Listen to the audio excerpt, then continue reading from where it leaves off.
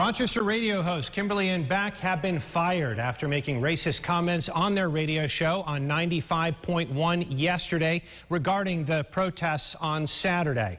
The hosts are no strangers to controversy. They've been under fire before for remarks, this is just an example, they made on COVID-19 and the transgender community. Kayla Green joining us now live from the iHeartRadio offices in downtown Rochester. Kayla, what can you tell us?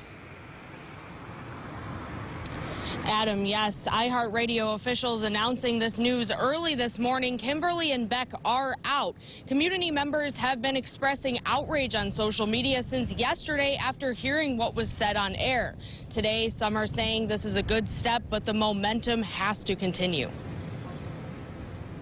The comments are deplorable, insensitive, and detrimental to our community. Rashad Smith from the Rochester Association of Black Journalists echoes many people's sentiments after hearing Kimberly and Beck's comments on Radio 95.1.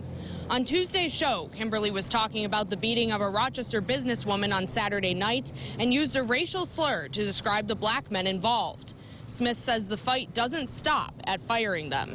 Understanding the duo's track record of offending diverse groups and individuals is something to be said for organizations that might even want to consider hiring them. Professor of journalism at SUNY Brockport, Carvin Eisen, is calling for a deeper look into hiring practices. He says when searching for replacement personalities, the company shouldn't hire people with the same values as Kimberly and Beck.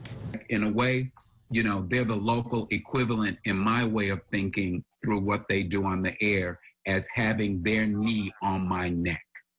All right? Because they're able to get away with these things and say these things. DJ Rain is a radio personality at WDKX. She says this is what white privilege looks like and says Kimberly and Beck knew what they were doing. Rain is asking white people to use their privilege to stand up against racism. We need you as an ally. And if you feel it's wrong, because a lot of times people feel it's wrong and they just don't say anything, they sit silently. You got to say something. Kimberly and Beck have a history of making racist comments on air. Back in March, they made a racist reference when talking about COVID-19. The pair was also fired from their previous station back in 2014 for, quote, hateful remarks against the transgender community. I reached out to both Kimberly and Beck, but I haven't heard back.